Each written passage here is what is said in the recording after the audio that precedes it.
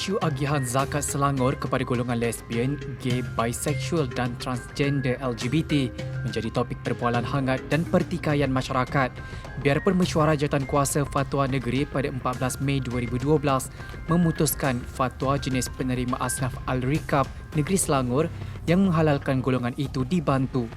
Pengeluaran fatwa itu menjelaskan hukum penggunaan wang zakat asnaf Al-Rikab bagi mereka yang terbelenggu dengan masalah sosial adalah diharuskan untuk menjamin akidah umat Islam kembali ke pangkal jalan. Namun perkara itu masih menjadi pertikaian kerana ada beranggapan ramai lagi asnaf lain yang harus dibantu.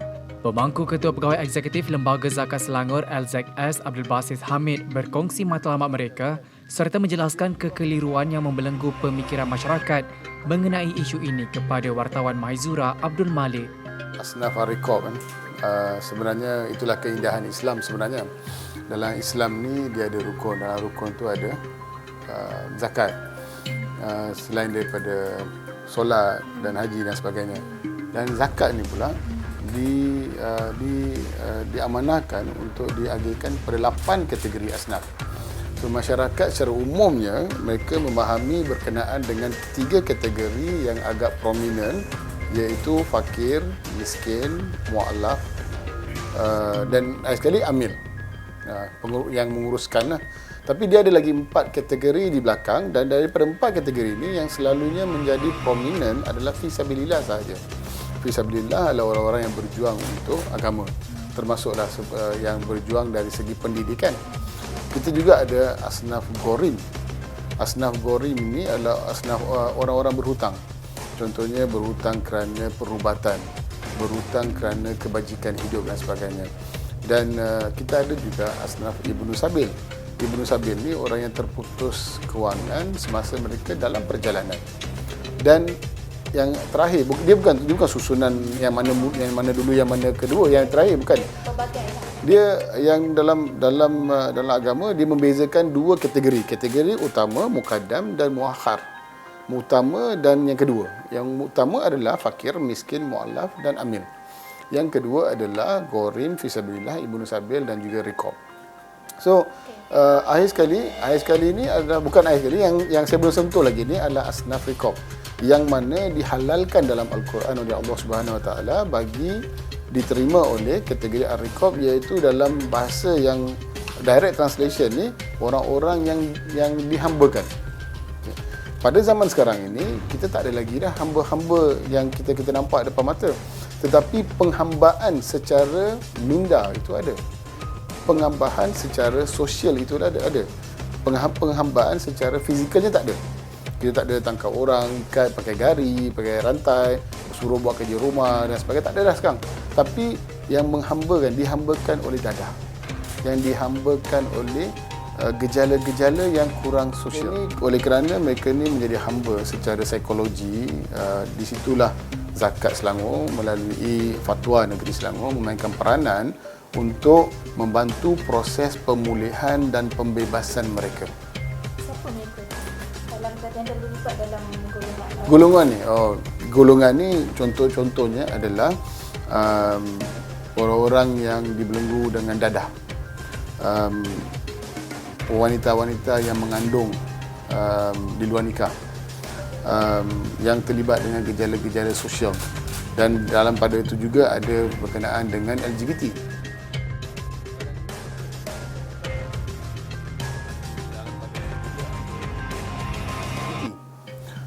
Sekarang ini isu hangatnya bukanlah berkenaan dengan al-rikab. Isu hangatnya berkenaan dengan LGBT direct. So masyarakat dia bukan nak tahu pasal rikab, tapi mereka nak lebih tahu kenapa zakat diberi kepada LGBT. Dan mereka ni bila mereka difatwakan, mereka ada unsur-unsur pengambahan psikologi. So bila mereka ni ada pengambahan psikologi, mereka layak untuk dibantu dalam kategori asnaf al-rikab. Di situlah zakat memainkan peranan lah. Dan kita memperuntukkan duit yang agak besar untuk bantu mereka, dan bukannya bantuan ini dalam bentuk menggalakkan mereka teruskan hidup mereka sebagai apa yang mereka telah pilih.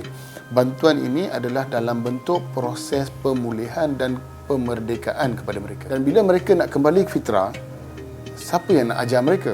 Siapa yang nak bimbing mereka? Bimbingan tersebut menggunakan duit. Tenaga-tenaga pengajar yang akan mengajar mereka memerlukan kos. Nak pergi jumpa orang-orang ni kat luar memerlukan petrol, tol dan sebagainya. So di situlah melibatkan kos, dan kita nak berdakwah mereka bukan boleh berdakwah di dalam bilik cakap je 24 jam. Berdakwah sekarang ni di zaman moden ni pelbagai cara. Kadang-kadang kena bawa dia keluar, kadang-kadang kena santai, kadang-kadang dengan kategori dengan golongan-golongan yang lain. So semua itu memerlukan kos.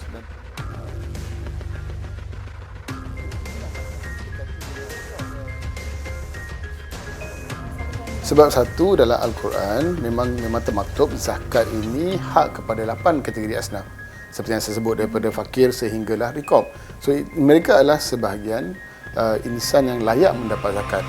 Dan bukannya, saya nak ulang balik, bukannya mereka layak untuk meneruskan kehidupan mereka, mereka layak untuk mengharungi proses pemulihan tadi tersebut. So oleh kerana mereka layak, kita kaji balik, ada tak lagi hamba-hamba yang belum merdeka? Secara fizikalnya tak ada. So bila kita kaji, ada hamba-hamba yang belum merdeka dari sudut psikologi. Seperti yang saya sebut tadi, saya nak ulang balik lah, yang dada, yang pelacur, yang dan sebagainya. So di situlah lembaga zakat memainkan peranan. So mereka ini juga adalah adik-beradik kita, mereka ini juga adalah sesaudara kita. Hari ini kita nampak mereka jauh daripada kita, mungkin besok dia dekat dengan kita. So di sudut itulah kita nak mainkan masyarakat Islam. Okay. Kita yang menguruskan Al-Riqab di Selangor ni adalah pihak Majlis Agama Islam Selangor. Kita ada pelbagai kaedah, kita menggunakan NGO yang ingin membantu kita. Buat masa ini kita mempunyai 28 NGO di mana dia tak bukannya NGO saja, mereka mesti ada rumah perlindungan, di mana dalam rumah perlindungan tersebut mesti ada unsur pemulihan dan pemerdekaan. So, bila asnaf ataupun golongan LGBT ni dan juga golongan-golongan lain, mereka menyerah diri. Mereka nak insaf kembali ke fitrah. Contohnya yang telah pun membedah tubuh badan mereka. Mereka nak insaf di halayak ramai ini susah. Tapi mereka akan menyerah diri. Dan rumah-rumah inilah yang memberi perlindungan, yang memberi pemulihan, yang memberi pemerdekaan kepada mereka. Dan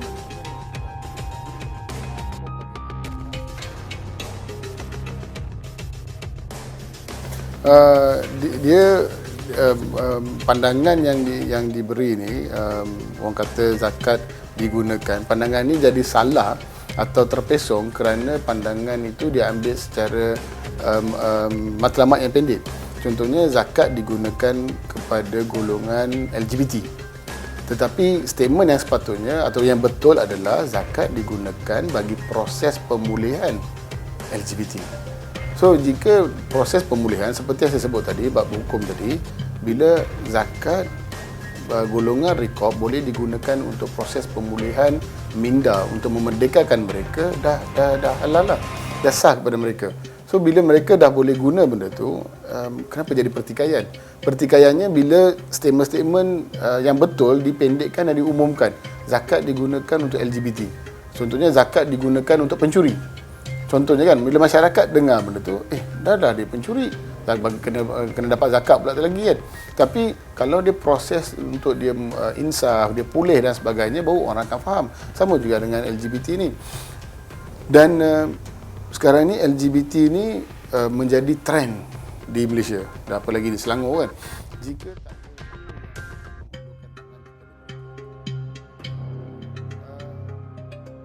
bila mereka membuat fatwa, dalam fatwa tu akan ada di asas-asas fatwa. So saya tak pergi detail sehingga asas fatwa tu lah. So kalau nak detail asas fatwa tu, sebab fatwa ni 2012. So kita kena keluarkan balik fatwa, kita kena tengok balik apakah pandangan-pandangan daripada mazhab mana, daripada ulama mana dan sebagainya. Tapi dalam kertas fatwa tu akan ada detail tu semua lah. Saya nak jawab direct daripada ulama mana, daripada sudut mana kita ambil fatwa, kita wujudkan fatwa tersebut. Saya tahu fatwa itu wujud dan ianya dibahaskan di Jawatankuasa Fatwa, bermaksud semua yang ada di Jawatankuasa Fatwa itu adalah ulama, bukan cancalan orang kan.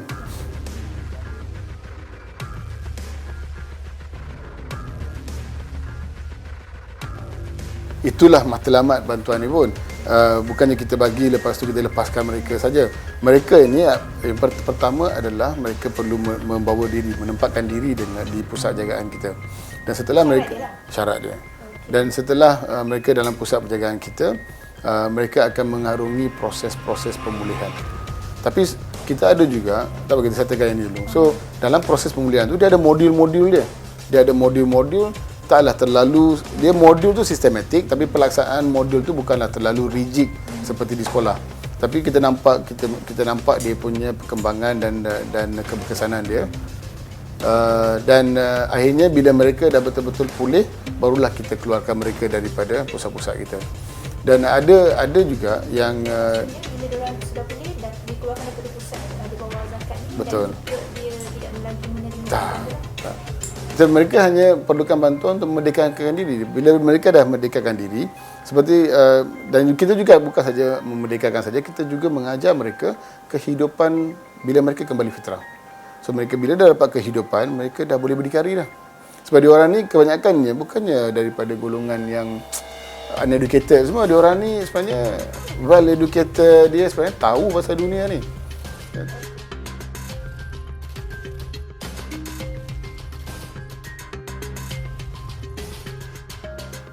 Inilah yang banyak diviralkan dalam media sosial semua kan. Seperti saya sebut tadi, pertama sekali pihak ini perlu datang untuk dia ada yang dua kes lah. Satu dia datang secara diri ataupun dihantar oleh keluarga dan sebagainya.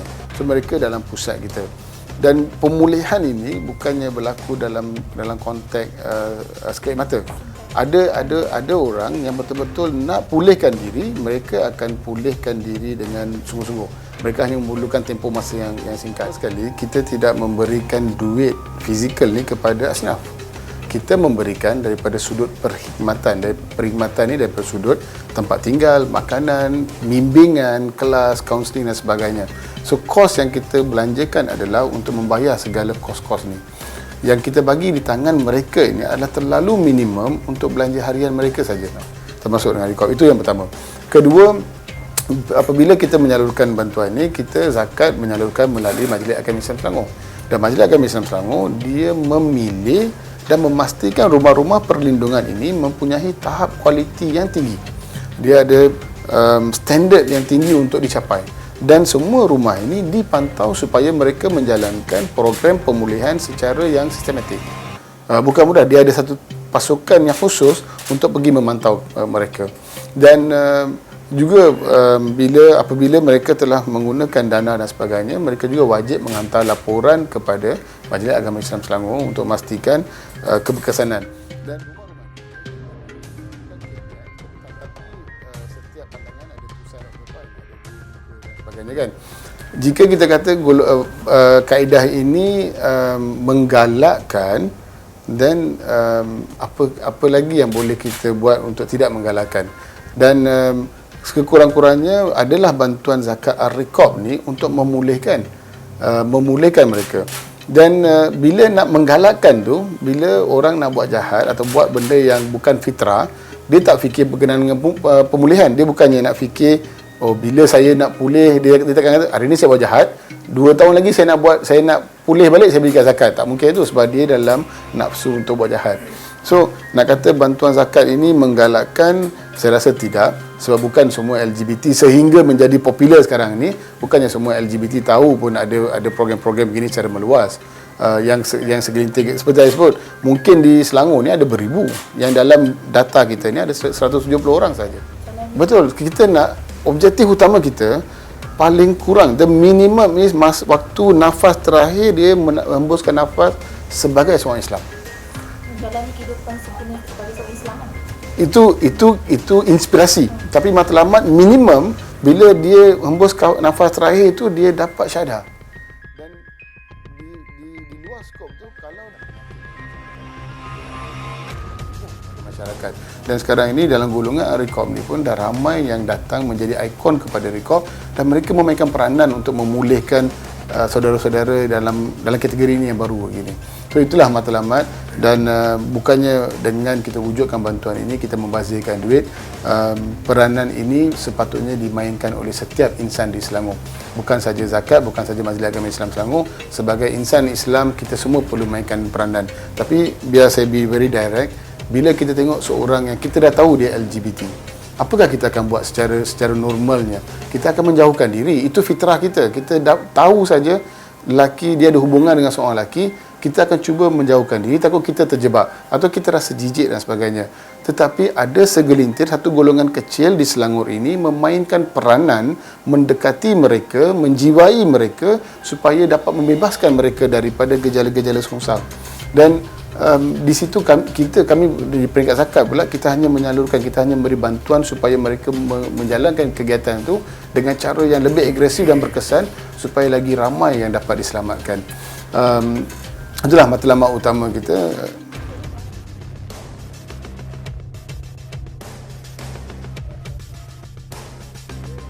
Jadi kepada yang membuat statement tu, saya ucap terima kasih kerana nak tak nak dengan statement-statement yang mereka buat berkenaan dengan rekod LGBT ini, pertama, asnaf rekod menjadi popular sekarang. Ramai dah mula tahu ada satu kategori asnaf bernama asnaf rekod. Kedua, dia juga dapat mempopularkan bahawa Zakat Selangor memainkan peranan penting secara tidak langsung, peranan penting membantu pemulihan dan pemerdekaan asnaf rekod. Dan ketiga, saya juga ucap terima kasih kerana mereka inilah sentiasa menyebabkan kami be alert, kami berjaga-jaga sebab keadaan dalam arus pekerjaan ni mungkin kami terleka dan sebagainya. So komen-komen daripada sosial media ni buatkan kami alert, tetapi supaya kami dapat melihat balik, mengkaji balik apa kelemahan, kekurangan yang kami ada supaya kami dapat tambah baik. Tapi di sudut LGBT dan Ar-Rekob ni, pandangan pihak media sosial yang mengecam ni kurang betul kerana mereka hanya keluarkan statement sekadar zakat diberi kepada pelacur, pondan dan sebagainya. Mereka tidak menghabiskan statement tersebut, iaitu zakat disalurkan bagi proses pemulihan. So bagi adik-adik di luar sana yang aktif dengan media sosial, saya galakkan, tapi dalam galakan ini saya juga ingin menyeru supaya anda mengeluarkan statement yang betul. Biarlah statement-statement anda membina masyarakat ke arah yang betul daripada memesongkan mereka. Dan saya juga mohon supaya mereka dapat faham dan mengkaji. Biar mengkaji sedikit, biar kita mengkaji dan kita dah faham, barulah kita mula menyebarkan maklumat tersebut.